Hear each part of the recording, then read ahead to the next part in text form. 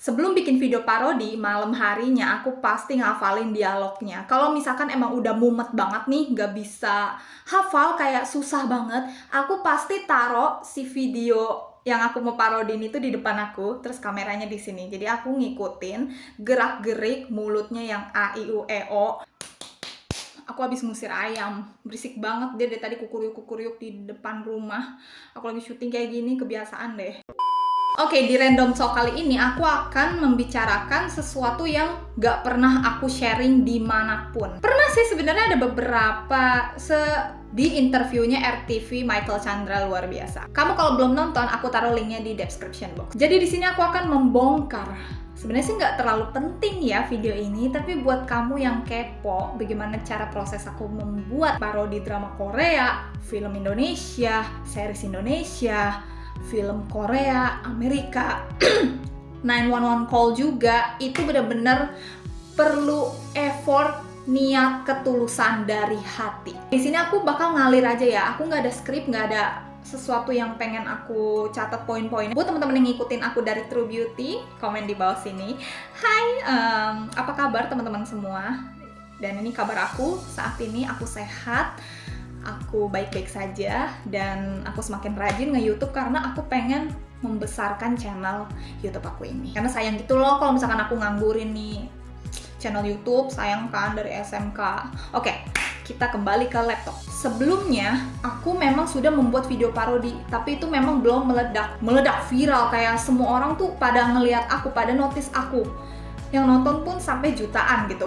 It's called Miracle from God. Itu adalah sebuah keajaiban yang membuat aku jadi lebih mengenal diri sendiri. Akhirnya aku menemukan jati diri aku di profesi sebagai content creator. Ketika aku sudah menemukan titik terangnya itu, aku akan meningkatkan kreativitas aku dalam membuat parodi. Karena ternyata semua netizen itu pada suka kemampuan acting aku. Oh, di situ aku mulai, ya udah aku lanjutin lah bikin parodi drama Korea. Ada momen tertentu itu naik banget, tapi ada momen tertentu itu sama sekali nggak naik dan hampir aku nyerah. Konten parodi, semakin lama aku mencari celah bagaimana caranya untuk menarik views kembali. Aku kehilangan beberapa followers di TikTok, ya udah gitu loh. Emang mungkin mereka udah nggak mau ngeliat aku lagi. Sudah mental jiwa konten creator ini udah terlatih dari 2017. Banyak banget mentor-mentor aku, Geralditan, Natia Shina, Alpiandi, influencer K-pop, kalau misalkan kamu kenal sama mereka adalah bisa dibilang panutan aku sih dalam berkonten gitu loh. Apapun konten yang kamu publish ke social media, harus siap resikonya, misalkan ada hate comment atau tidak ada yang menonton, viewsnya sedikit, likesnya sedikit. Ya udah, it's okay, yang penting kamu tetap mempertahankan kualitas konten kamu, value kamu itu. Nah, itulah di situ aku mulai kayak ya udah gitu loh, mau ada yang nonton, mau like sedikit atau tiba-tiba meledak, viewsnya banyak, aku harus bersyukur. Karena mungkin, jadi lebih belajar lagi nih, mereka nggak suka yang ini, mereka suka yang ini gitu. Oke, gimana caranya aku membuat si parodi drama Korea? Sebelumnya aku udah membuat video parodi dari 2020 ya. Kamu inget nih ya, masa-masa kita karantina, TikTok tuh merajalela banget ya. TikTok lagi naik, gimana kita semua tuh WFH. Di sela-sela kuliah itu, kita nggak bisa kemana-mana, aku nggak bisa kemana-mana, dan aku membuat konten parodi yang kayak anak sekolahan. Ini videonya nih, aku tunjukin. 君の虜になってしまえばきっとこの夏は充実するのもっともう戻れなくたって忘れないででも気持ちを伝えてしまえばいつかこの夢は覚めてしまうだろうな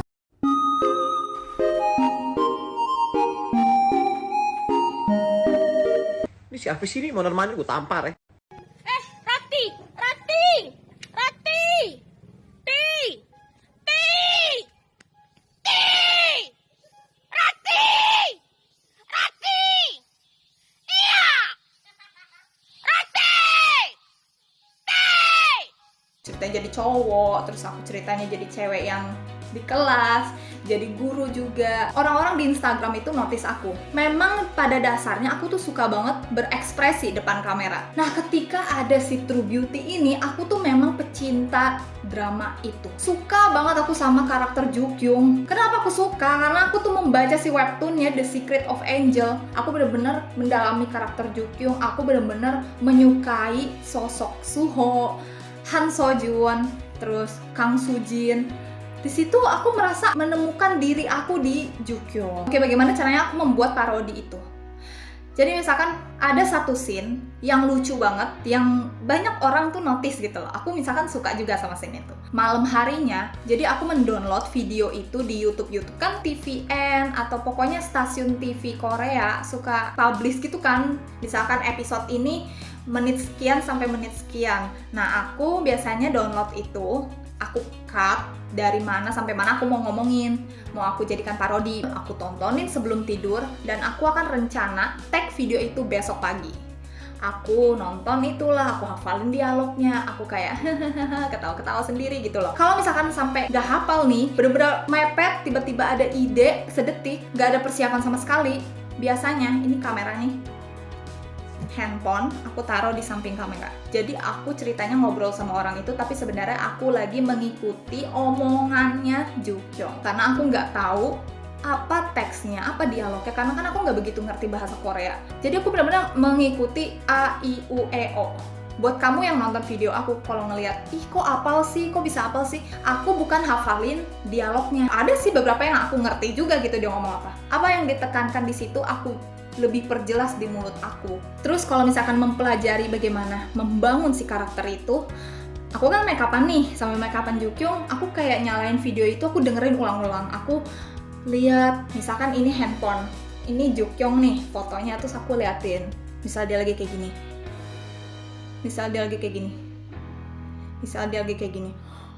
Itu aku ikutin semuanya, dan aku tidak mempunyai tim sama sekali. Aku nggak punya kameramen, nggak punya editor, semua serba sendiri. Ide, konsep, editor, video, kamera itu aku sendiri. Dan jujur, aku tidak punya tripod guys. Belum sempat beli, kayak nggak kepikiran juga, males gitu. Jadi aku pakai nih. Ini adalah kotak apapun sih, kayak naruh barang. Dan kamu bayangin kalau misalkan aku ada scene berdiri, ini kan aku lagi duduk guys di lantai, dan di sini aku taruh di atas kursi. Ini kotak nih. Nah, scene aku berdiri, aku taruh di atas meja. Jadi ini meja nih, aku tumpuk-tumpukin si kotak itu. Betapa effortnya juga kalau bikin 911 call. Kalau kamu nonton video aku kemarin, ada scene aku masuk ke kolong meja, itu beneran masuk ke kolong meja. Aduh. Dalam syuting ini please. Aduh. Yuk kamera, yuk tolong. Tolong ya. Sebenarnya sih scene aslinya dia masuk ke kolong tempat tidur, tapi lebih amannya aku ke kolong meja aja, lebih lega gitu loh, biar aku nggak mantok. Dan di sini ada kaki aku kayak kelihatan nggak nih? Nih, tuh. Biru gitu loh, gara-gara scene masuk ke kolong, aku tengkurap dan sakit dada aku sama perut. Kita scene begini kan ceritanya, ketakutan.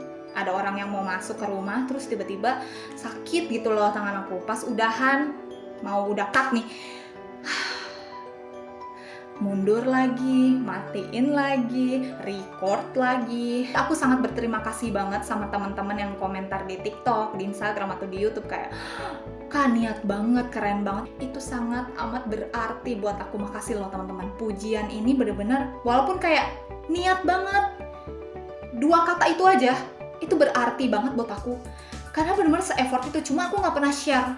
Gila kalau dipikir-pikir, kadang aku merasa rada kecewa. Ya, wajar lah ya, kita ada pasang surut yang naik turun sebagai konten creator. Pasang surut kayak roller coaster gitu loh, kadang naik, kadang enggak. Yang lebih sakit hatinya kalau misalkan aku udah bikin konten itu tuh niat banget, bener-bener setulus itu, tapi ternyata yang like dikit, nggak FYP. Karena aku sampai ya ada di titik aku sebel sendiri sama TikTok, apa aku uninstall aja. Tapi sayang, banyak kenangan indah gitu loh di TikTok, banyak video-video True Beauty yang rame. Masih cuma karena ini aku pengen uninstall TikTok. Ya begitulah, suka duka menjadi content creator itu is not easy.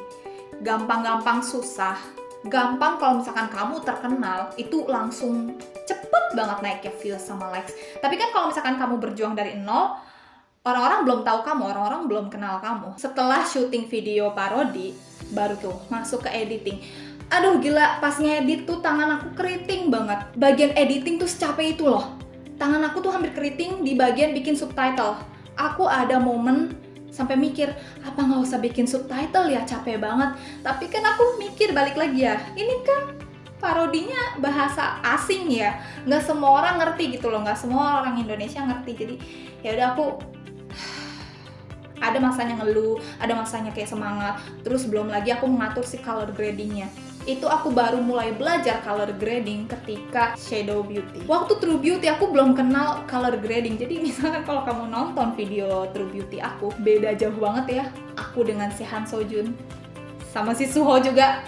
Tapi semenjak belajar color grading, aku berusaha untuk menyamain situasi aku sama dia. Perbedaannya biar nggak begitu kelihatan banget. Kualitas editingnya juga makin naik.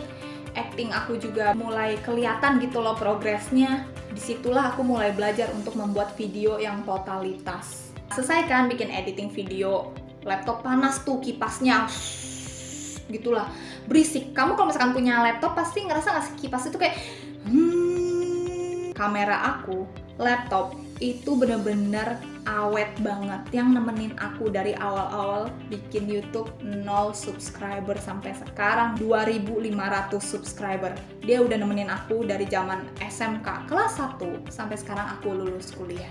Jadi bener-bener aku merasa aku bisa survive sama channel YouTube aku ini, walaupun belum naik-naik banget. Aku tuh bangga gitu loh. Ternyata aku bisa konsisten loh nge-YouTube. Pembelajarannya tuh banyak banget ya selama menjadi content creator.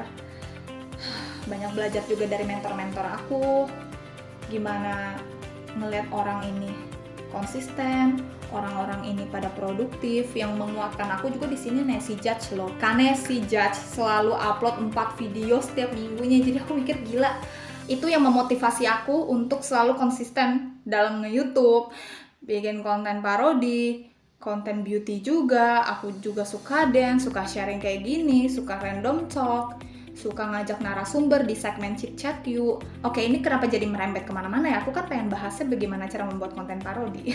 Mungkin setelah nonton video ini kamu jadi tahu betapa effortnya, susahnya aku bikin konten-konten di sosial media, mau di TikTok, di Instagram, di YouTube. Dan memang hal yang paling susah pas aku record video parodi ya, kan gak ada kameramen. Kadang handphone jatuh ke lantai, kadang kamera goyang, hampir kepleset. Kadang aku kayak, pengen pasin lagi, ini gimana, kayak gitu. Jadi capek iya, mikir aduh nggak usah bikin ini lagi ya, ngapain sih bikin kayak ginian. Aku sempat kayak gitu. Tapi di satu sisi aku kan udah berkomitmen nih, ntar orang nungguin konten aku, ntar orang, mana nih Sheila Damayanti yang bikin parodi, kok udah gak bikin lagi sekarang. Makanya aku tuh pengen terus konsisten gitu loh. Jadi memang kalau ada scene yang aku nangis, scene yang aku ketawa, scene yang tegang gitu, itu butuh waktu untuk menerapkan si karakter itu. Oke, segitu aja random talk aku kali ini. Terima kasih buat teman-teman yang sudah mendengarkan curhatan aku yang awal-awal aku ngomong bagaimana cara aku bikin video parodi, tapi ujung-ujungnya sampai ke curhat susahnya jadi content creator. Thank you so much for watching guys. Kalau misalkan kamu pengen request aku ngomongin hal apa di random talk, boleh komen di bawah sini. Thank you so much for watching. See you on my next video. Don't forget to like this video, comment down below, subscribe, and share to your friends. Bye! See you on my next video.